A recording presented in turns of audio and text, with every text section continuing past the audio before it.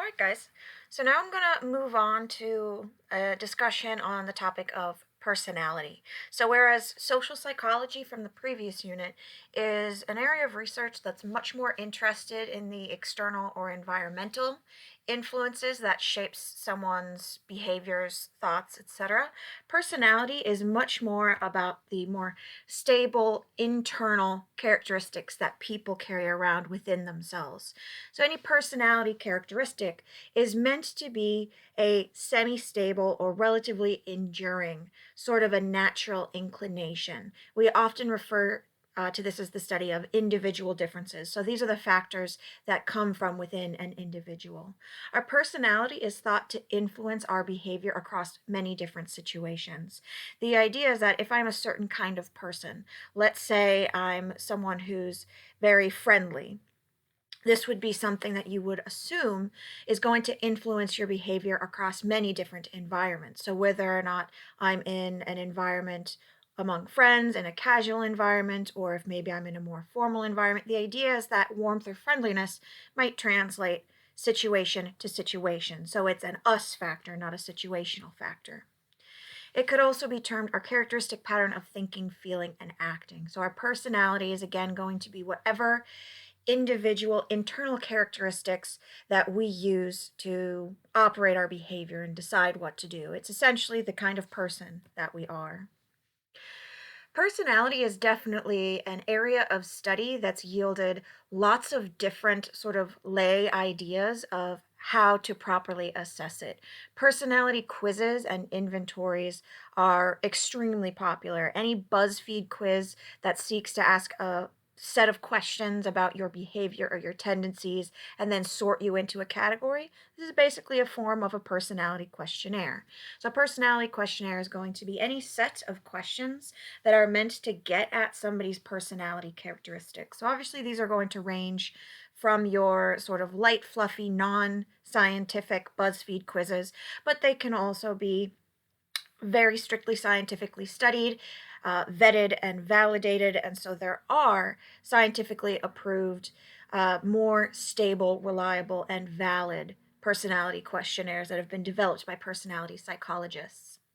So, starting with a very famous theory of the development of personality, which is the theory of psychoanalysis. So, psychoanalysis is the famous theoretical framework developed by one of the most famous psychiatrists of all time, Sigmund Freud, Viennese psychiatrist in um, the early part of the 1900s. So, Freud was very famous for developing this broad theory of the human psychological experience. He was a prolific author and he developed many intricate and detailed theoretical frameworks meant to describe and understand things from human development, human sexuality, to dream interpretation. He was a very prolific author and a really fascinating author, thinker, and theorist. I will caution you that he was not necessarily the best scientist. He was a neurologist and he treated patients in a psychiatric setting, but he did not necessarily scientifically assess his research. He mainly developed his thinking based on theoretical ideas that he would support with case studies, basically patients that he met. And so, really, psychoanalysis has not been proven, and a lot of the tenets from his theories don't really hold up over time. But his theories and his framework of psychoanalysis is still a tremendously influential mode of thinking. So, the basis of his psychoanalytic theory is going to rest on three primary assumptions. The first is being psychic determinism. So, this is the idea that our psychological experience is going to be primarily the result of things that happen to us. So, in a sense, it's a theory that describes people as sort of passive recipients of things that happen in the environment that shapes their psychological experience. A lot of interest in symbolism and in interpreting how different symbols and objects in your life tap into a more hidden or unconscious motivation. So he developed an intricate framework detailing what he considered the structure of the unconscious mind. He basically theorized that a lot of our psychological experience was happening at a deeply unconscious level, so things that we were completely unaware of. The structure of the psyche famously contains three parts. He speculated that these three parts essentially worked slightly in conflict with one another, and basically, who was the winner of various conflicts throughout your life, the id, the ego, or the superego, would determine your psychological health. So, these three components are, first of all, the id. So, this is basically your baser instincts, your desire for pleasure, your lack of care of other people. So, this is your baser impulses. The ego, on the other hand, is meant to be the face that you put on for the world that does not just operate on pure pleasure. It's meant to be more grounded in reality. It's meant to be a more realistic operator, and it's supposed to be the thing that basically controls our behavior and keeps us from being uncivilized monsters or just working on the pursuit of pleasure. He also argued that there was a superego structure, which was your sense of morality that was basically holding the reins of the id and the ego and determining how often you would let the id win through and how often you let the ego dictate your higher, more moralistic, reasoned behavior. He also proposed what he called anxiety or defense mechanisms. This is basically going to be the ego trying to minimize any sort of psychic discomfort via a series of psychological mechanisms. The idea is that if we're in a conflict between the id and the ego and we're trying to let the better part of our nature win out, we might sometimes try and explain away certain conflicts that we're having to try and minimize the extent of their discomfort. So, for example, he famously theorized that repression or denial were going to be ways that we would sometimes, in an unhealthy way, seek to address problems in our lives. So, if, for example, there's an id ego conflict where we have an impulse that the id is driving us towards that we find inappropriate or not in line with our moral code, we might repress those feelings. So, if we're ever ashamed, let's say, of a sexual desire, we might repress those feelings and try and shove them further down into our unconscious. He speculated that often these sorts of defense mechanisms could be deployed in an unhealthy way.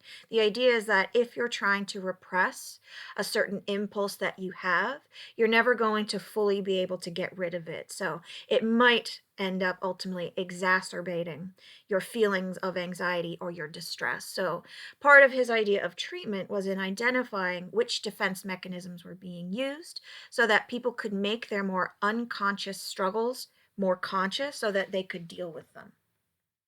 He also developed a very controversial theory of development that we term the psychosexual developmental process.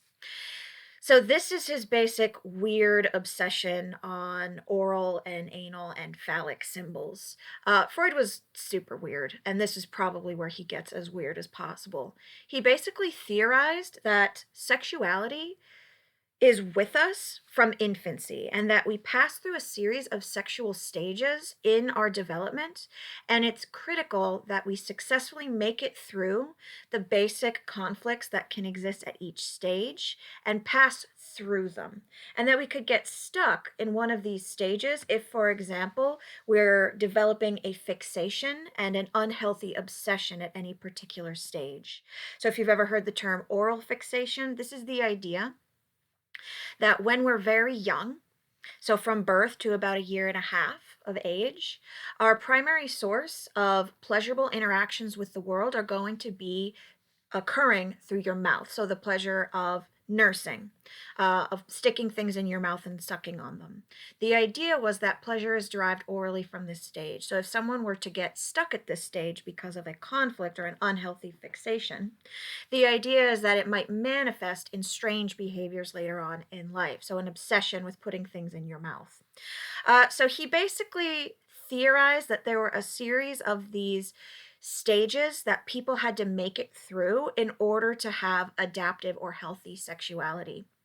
I think it's important to note here that there is certainly a lack of empirical evidence to support that these psychosexual stages occur in exactly the way that Freud predicted. This is a particular theory of personality and sexual development that I would say, along with other problematic parts of Freud's legacy, we probably could consider to be largely inaccurate. So, despite the fact that this remains a very common cultural conception, this idea of an oral fixation or having an anal retentive personality.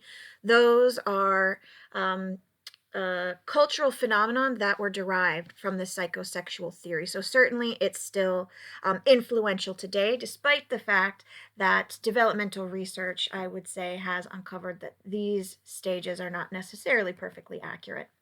So, as mentioned, obviously, there are many flaws with Freud's theoretical ideas. So, despite the fact that there is some of Freudian psychoanalytic research that holds up over time, for example, the phenomenon of what we call transference, the idea that relationships that we have when we're young create paradigms that follow through in our relationships that we have when we're adult.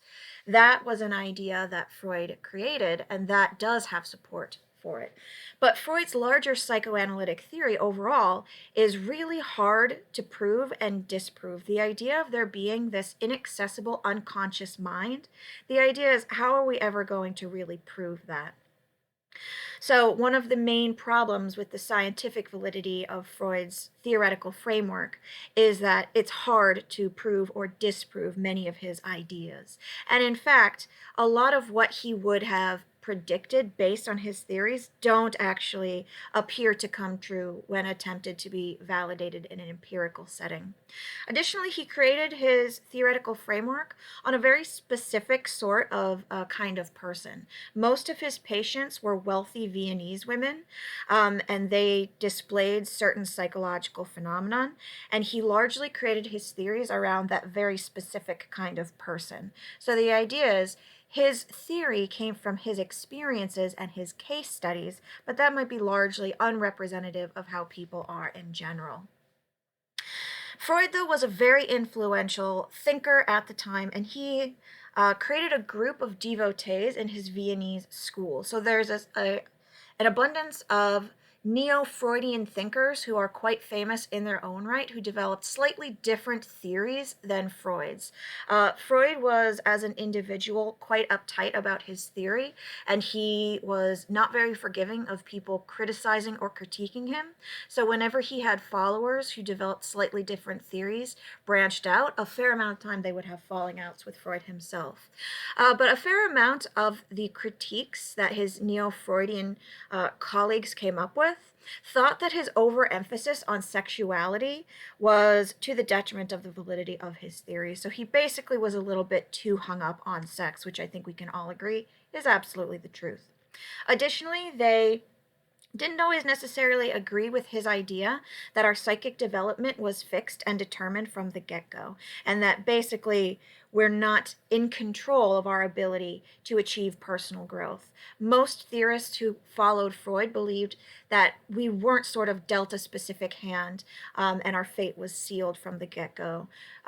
More thinkers that came after Freud were optimistic that things could change. And they had different ideas about what were the primary shapers of our individuality and personality. Alfred Adler, for example, pictured there to the left, he famously coined the idea of what's termed the inferiority complex. His idea was more so that, as opposed to an emphasis on sexual development as the primary driver of our identity, is that life was a series of struggles for power that began in your family dynamic and continued throughout life. Carl Jung, on the other hand, another very famous Neo-Freudian thinker, created ideas around what we call societal archetypes. He developed this idea that basically there are certain roles that we are all able to fill, and that setting to setting, there are various specific roles that exist. So heroes and villains, for example. So his idea was that life and identity was about forging out a particular role and finding the archetype about yourself that was true to your identity. Now, psychoanalysis was not the only broad set of theories surrounding individual identity and personality development.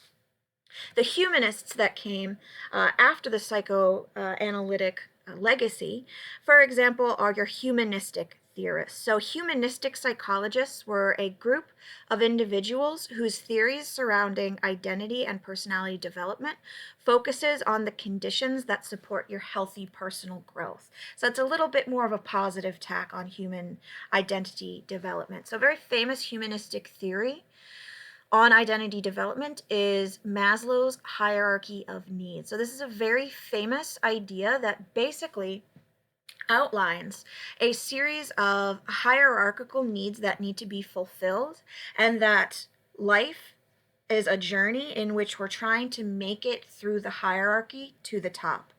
The basic idea is that all humans need certain things, and we can't get to the next stage if we haven't had our needs met from the lower stages. So the most basic things that we all need to be healthy and to adapt in a healthy way, we need the basics like air, water, food, and shelter. So if we don't have those basics, we can't achieve higher states of being. So once we have the basics that we need for survival, it moves on to the broader or more abstract categories. So once we feel like we have our physical needs met and that we are safe and we can look after our physical health and security, from there we start to build towards these higher order needs. So a sense of connection and belonging, a desire for self-esteem, and a desire to feel good about yourself. And a really important part of his framework was this idea that this is all leading us towards this highest level of being that he termed self-actualization. So Maslow speculated that creating your identity was a process of fulfilling all of your other needs such that you can devote time to this highest order process of determining what kind of a person do you want to be, fulfilling your entirety of your potential, transcending the lower baser needs so that you can try and reach a more enlightened state. So basically his idea was that personality develops through a series of meeting these needs, and that the highest identity that one can achieve is this peak state of self-actualization. Carl Rogers had a slightly different but still humanistic perspective on identity and development. He basically theorized that people have a natural tendency towards growth and moving towards self-actualization, but he created a slightly different framework. He outlined 3 conditions that he believed were necessary for this growth. First, genuineness, the idea that at a certain point of development, we need to stop trying to put on a front or a facade, that we need to seek to achieve a sense of authenticity and being true to who we are. We need to achieve a sense of acceptance. So he termed this unconditional positive regard. This is the idea that we feel good about ourselves and we accept ourselves as we are, and we accept others as they are without passing judgment. And the idea that we know that even if others might not accept us fully, we accept ourselves, and we understand that we can accept ourselves for who we are. Additionally, he thought that empathy was key in this process towards self-actualization. So empathy, or an ability to listen and understand others and to show that you care about others, was additionally necessary for achieving these higher order states. So the core of this humanistic perspective is that personality is all about the development of this self-concept, and I keep using this word identity. The core of this theoretical idea is that development of your personality is about the creation of your self-concept. Basically, you are in charge of creating the person that you want to be. So as opposed to psychoanalytic theory that predicts that we are sort of shaped from the get-go and we can't do much to change who we are, humanists say that the work of becoming the person we want to be is up to us. And there's ways that we can do this in as healthy a way as possible, in as accepting a way as possible, and that the highest goal should be this self-actualization that is firmly within our control. They would argue that people achieve their best and happiest state when their idea of who they are matches their idea of who they want to be. The idea is we all have things about ourselves that maybe we want to improve upon. There's flaws that we have that we might want to change. But the idea is that if you can learn to accept who you are as your best self, the happier you will be. Now, you could achieve this by trying to change yourself, and there is a process of creating yourself and creating your self-concept, but the idea is that at a certain point, you need to just accept yourself. So at a certain point, you need to realize that you can't change yourself forever. There's certain things about yourself that you just need to learn to live with, and you just need to learn to love yourself how you are. The process of reaching this most ideal state is a combination of creating yourself and accepting yourself. And again, it places the control of this process firmly under the control of the individual. Humanists predict that we are all capable of achieving these higher order states. We just have to accept that responsibility unto ourselves. Now, despite the fact that, in my opinion, this is a much more positive take on the human experience than something like psychoanalysis, there's obviously flaws with it. One is that it's highly focused on individuality and not necessarily going to take into account that the kind of person that we want to be is not always the kind of person that we should be. So at a certain point, there are things that individuals might want to do that are not necessarily for the betterment of the collective. So the idea that we should all just be thinking about our personal development all the time, that could be to the detriment of collective well-being. I would say, though, that based on for example, the Carl Rogers approach, the idea that part of being the best version of yourself is to be an empathetic person.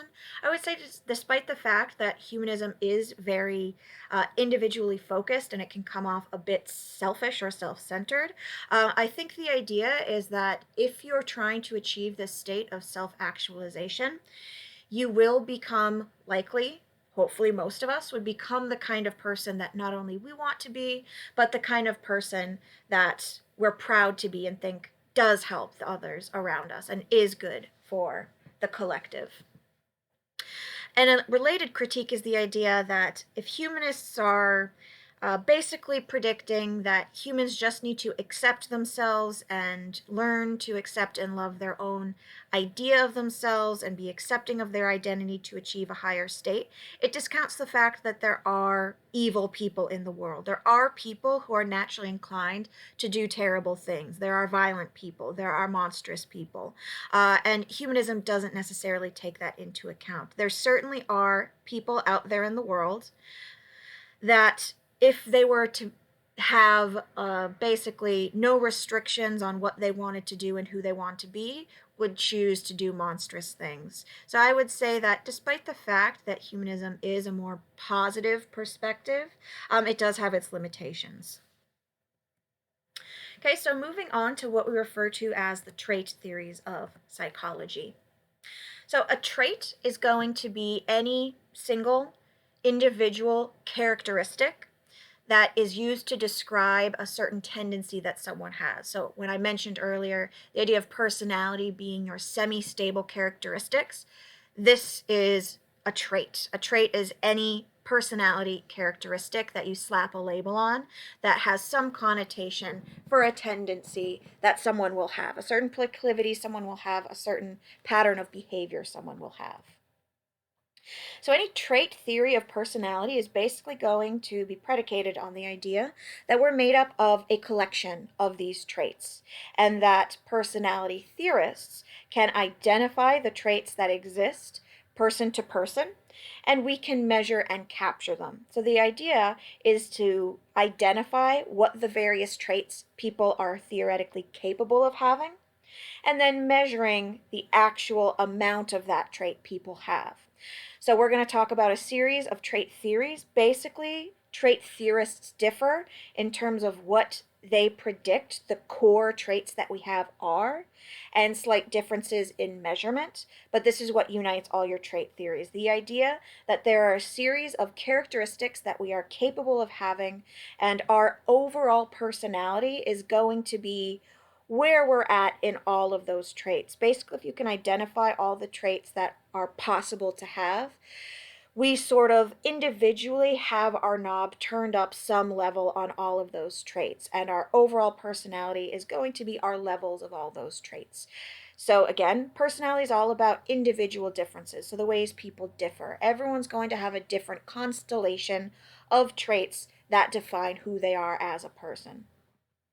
So, where do traits come from? There's certainly a fair amount of a biological component for what creates our personality. As your book mentioned, um, typical estimates are that around 50% of our personality is genetically based. So, a fair amount of what makes us who we are is going to be genetically or biologically driven. So, for example, you can observe differences in the brain depending on different personality traits. So, depending on certain characteristics that someone have, you might see different patterns of brain activity in various scenarios. People's bodies respond differently depending on certain traits that they might have. So the sort of physical reactivity that people have in certain scenarios will also be related to various personality characteristics that people can have. And additionally, traits can definitely be genetically based. The idea, for example, in breeding dogs to have various temperaments, this is basically the idea that genetics are partially going to correspond to people's semi-stable characteristics. So temperament, for example, is basically how friendly or outgoing you are versus how shy and reserved. This is definitely something that has a genetic component to it, and animal breeding has highlighted this fact in order to breed animals that have different dispositions. On to some more specific trait theories of personality. One very famous one that I'm sure you've all heard of is the Myers-Briggs trait theory. So this was a theory of the traits that people have that was largely inspired by Carl Jung and his ideas of different personality characteristics.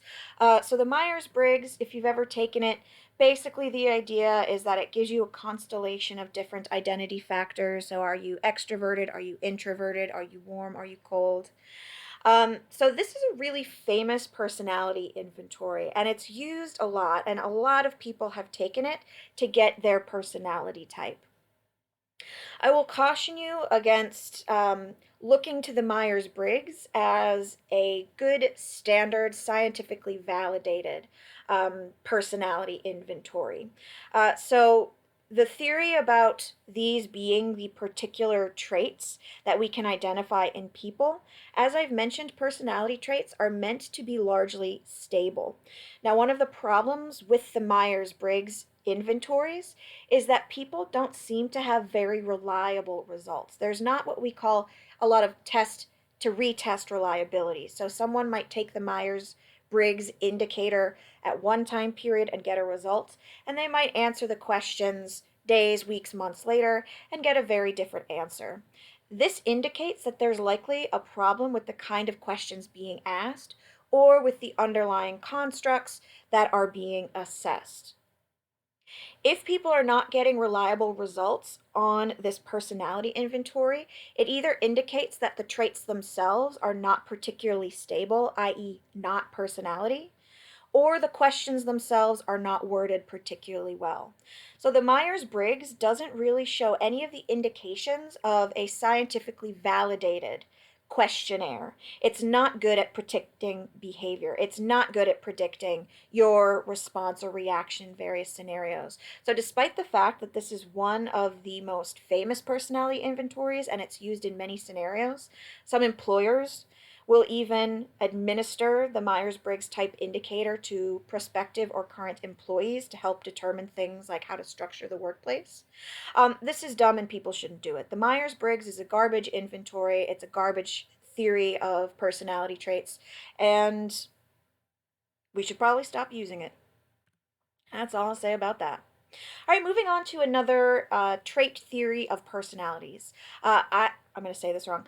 Eysenck was another scientist who developed a scheme of what he considered the personality characteristics that people were capable of having. Basically, he created a circular diagram in which our personality is going to have us landing somewhere along both of these axes. So the first axis going from top to bottom, from emotionally stable to emotionally unstable. He thought that our personality would have us somewhere along this line from completely stable, calm and even tempered to completely anxious, neurotic, and unstable. He additionally thought that we would be landing somewhere along this sideways axis of introverted to extroverted. So basically, anyone's personality is going to be the combination of where they fall along those two axes. So basically, he identified what he thought of as the two basic personality dimensions, and that by plotting where someone is on both of those two axes, you could get a full-fledged sense of the kind of person someone is. There's a bit more validity to Eysenck's personality dimensions, although it's certainly not perfect and it doesn't seem to fully capture all of the nuances to personality. But definitely, in terms of this introverted to extroverted and stable to unstable series of axes, there is support that those are important parts of what constitute our personality, and there is research indicating that where we fall along those two spectrums is going to have a quite large genetic component to it. So a fair amount of our temperament is linked to our genetics. Now, an extremely famous, and in my opinion, probably the most reliable um, personality scheme that has come out of personality psychology is what we call the Big Five personality factors, also known as the ocean model. So current research really has established that it's more so these five personality characteristics that are the most basic traits that constitute people's overall personality. So the basic idea is that as opposed to just the two factors that Eysenck hypothesized, there's actually five axes that we fall along. And basically the research has found that by assessing where people fall on any of these five dimensions gives you a very full-fledged idea of their personality. So what are these big five traits? Like I said, it falls under the OCEAN acronym. So the O is openness to experience. This is how open and comfortable you are with change and with new scenarios, basically how flexible you are, your desire to go outside the box. Conscientiousness. This is going to be your basic discipline and ability to work hard and concentrate and put yourself diligently to pursuing your goals. Your level of extroversion, so how much you draw your energy from being around other people, how bubbly and talkative and outgoing you are.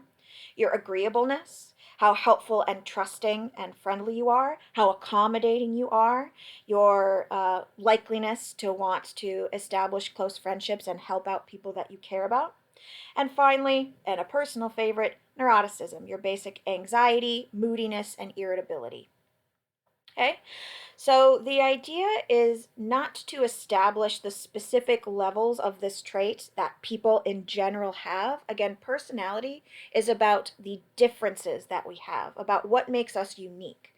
The idea is that all of our personalities is basically going to be where we fall along the spectrum of high to low on these five traits.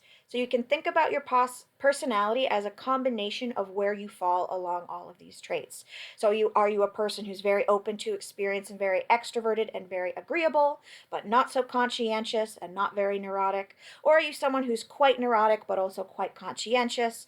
Right? The idea is that you're going to get a really good idea of your personality by taking inventories that assess you along these 5 dimensions. So I have the information here that would allow you to do that.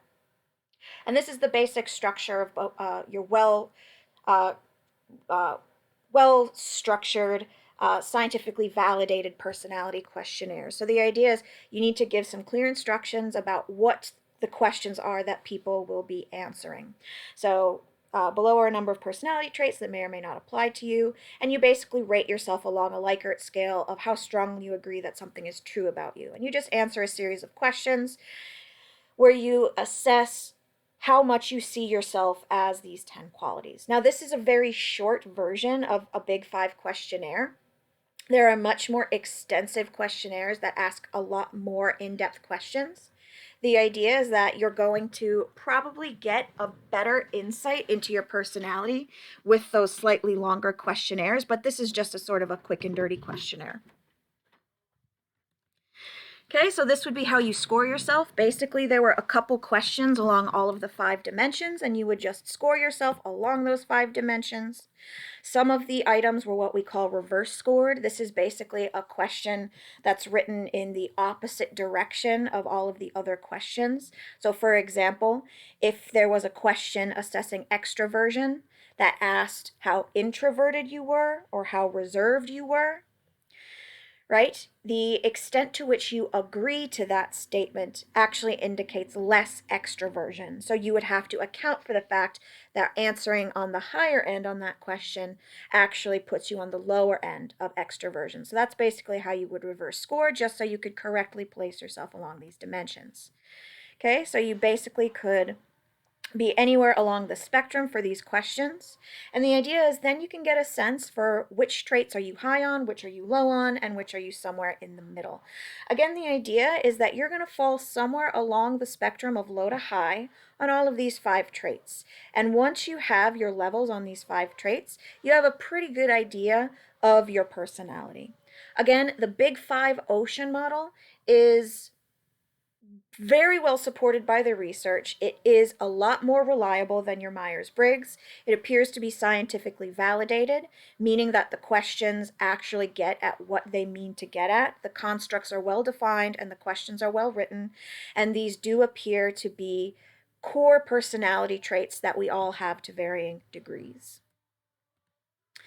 Okay, so as mentioned, your Big Five traits, they do tend to stay relatively stable throughout the lifetime. Like I mentioned, they definitely have more support behind them than other less well-developed personality characteristics. So if you are a more neurotic child, you're likely going to be a more neurotic person throughout your lifespan.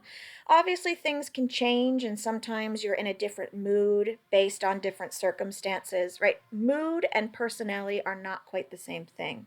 If we're talking about your traits, they're going to remain relatively stable. There are some age effects that we do see in these Big Five traits. For example, we do tend to become more conscientious, agreeable, and extroverted and open with age. But this makes sense when you're a child. You obviously don't have the sort of self-control and self-regulation capability that you would have as an adult. So there are certain ways that we do change a little bit in these personality characteristics as we age. Additionally, we tend to become a little bit less neurotic with age. I'm still waiting for that to happen to myself, but we'll see. Again, in terms of the determinants of what determines where you're going to fall along these Big Five traits, they're mostly genetic. 50% of the variance in your Big Five traits is going to be genetically determined. So the amount of neurotic that you are or how extroverted you are, that is something that's sort of biologically hardwired into us. And you can see this play out in different brain structures between people who have varying levels of the Big Five traits. So you do at a genetic and at a biological and physiological level see the effects of these Big Five traits. Again, like I mentioned, the Big Five is definitely the most scientifically validated of the trait theories. And one of the reasons that it's so useful is that these are traits that have been found to properly predict outcomes that we care about. So, as opposed to the Myers Briggs that doesn't seem to predict much, your big five traits can predict, for example, the success you have in your relationships. People who are more agreeable and less neurotic, meaning that you're less moody and more willing to help and more trusting. That's obviously going to be a person who's more successful in relationships. Work, right? Your success in work and in school. Obviously, if you're a more conscientious person, more diligent, more detail oriented, and hardworking, right? This is a trait that can definitely predict your success in school and professional settings. Additionally, these traits do predict a fair amount of behaviors and attitudes. So, getting someone's amount of extroversion does give you an indication of what they're likely to do and how they're likely to tailor their social interactions. So, these big five traits are useful for understanding and predicting what people will do. It is certainly the case, though, that our traits are not the only thing that determine what we do and who we are. The situation, as discussed from the social psychology lecture, is going to obviously be a big determining factor in what we end up doing and in how we behave. So, your traits, for example, might incline you to enter certain situations, to be in certain situations and environments in the first place. So it's important to remember that traits and the situations that you're in interact with one another. They're not completely independent. But it's definitely the case that your traits will interact with the situations that you find yourself in. People with different traits are likely to respond differently in different situations. One thing that's important to remember at this point is the fallacy of the fundamental attribution error. So, this, if you remember, is the basic phenomenon whereby we tend to over attribute dispositional factors as impacting what other people do. So, when we see someone do something, we assume that it's reflective of who they are. But when we behave in, let's say, a way that we don't find appealing, or if we behave in a way that we're unhappy with, you know, could be behaving in a way that embarrassed yourself or screwing up on a test, whatever it may be, we're a lot less likely to attribute those outcomes in ourselves to our dispositions and who we are. It's really easy when you're thinking of your own behavior to blame the situation. So if you're ever interpreting someone else's behavior, remember to kind of be as kind to other people as you would be to yourself. Okay, and then lastly, I'm going to briefly touch on some social cognitive theories of personality. So, this is basically any personality theory that highlights this importance of the interaction between the individual and the social context. So, the idea is that behavior is not just going to be the fruit of the kind of person you are, nor is it just going to be the result of the situation that you're in. So, it's a process whereby the person we are creates certain situations and creates certain situations that we respond to in different ways. And it's this interplay between traits and situations that determines what we do. So, for example, social cognitive perspectives ask how we respond and interpret to external events and how our responses end up shaping us in turn. The importance of our memories and expectations to influence the behaviors that we engage in. The idea that personality and the environments we place ourselves in are going to interact with one another, right? The situations that we're in shape the person that we are, and the person that we are shapes the kind of environments that we're going to end up in. So these two factors, they interplay and interact with one another. One of the most famous proponents of this social cognitive approach for personality was Albert Bandura himself, who we've heard about. He was the same researcher who did the Bobo doll study that highlighted the importance of observational learning. So this was his basic social cognitive perspective on personality. He coined a term called reciprocal determinism. So, this is the basic idea that our behavior both influences and is influenced by our personality factors and the social environment. So, it's this sort of ongoing cyclical process whereby our behavior shapes the environment and the environment shapes our behavior. And again, the personality factors and the environmental factors are constantly interplaying. And it's only by understanding the way that they reciprocally influence one another that we can understand why people do what they do. Okay, so this would be a basic depiction of, again, this triangular model that he created. The idea that our behavior and the identity that we have, the kind of person we are, and the environments that are in, all interplay to determine what we're likely to do. So let's take a basic behavior like wanting to learn how to rock climb. The idea is that there's going to be personal factors that drive you to want to do that. So maybe how open to experience you are, how much of a risk taker you are, but it's also going to be the environmental factors. Do you have people around you who would support your decision? All of these things are going to interplay, right? You're in an environment with people who support your decision, likely because you were a person who had the natural inclination towards risky activities. Behaving in that way, right? Actually learning how to rock climb. This is going to further put you into environments where you're hanging out with these same kind of people who can encourage you on. And more, this is all going to continually inform what you think about yourself. It's going to affirm for you that you're a certain kind of person. So the idea is you really can't understand what someone does and why they do it unless you take all of these factors into account and understand how they're playing on one another. Okay, so the basic social cognitive approach is that if you want to understand people, you can't just look at personality like personality psychology might, and you can't just look at situational or environmental factors like social psychology might. It's the confluence of the two. To understand people, you need to assess their internal traits, and you need to look at the environment that they're in, and you need to look at the social environment that they're in.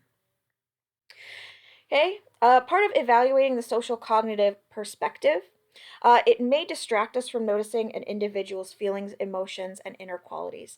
This is basically to say that if we want to properly employ the social cognitive perspective, we need to make sure that we are properly taking into account all of what's going into determining people's behaviors. So the idea is we need to make sure that if we're properly using this approach, we're looking at the totality of the individual. We don't just want to look at their behavior and attribute it to the kind of person they are. We need to take into account that the personality, the environment, and the behavior all interplays with one another. Okay, that'll do it for the personality lecture. I will talk to you guys soon.